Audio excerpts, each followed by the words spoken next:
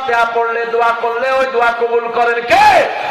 বুখারীর বর্ণনা ইবনে আব্বাস জানাজা পড়াচ্ছেন, জানাজা পড়াতে গিয়ে তিনি তাকবীরে তাহরিমা বেঁধেই পড়ছেন আলহামদুলিল্লাহি রাব্বিল আলামিন। লোকেরা জিজ্ঞেস করলো আপনি সূরা ফাতিহা পড়লেন কেন?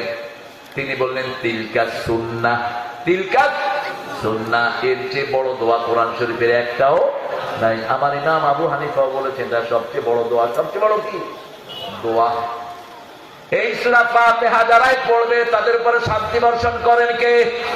সূরা ফাতিহাটাকে পুরা কোরআন বলে পরিচয় দিয়েছেন কে? ওয়ালাকাদ আতাইনাকা সাবআম মিনাল মাসানি ওয়াল কুরআনাল আযীম। হে নবী আলাইহিস সালাম, আপনাকে 7টা আয়াত দিলাম, তার সাথে পুরা কোরআন দিলাম।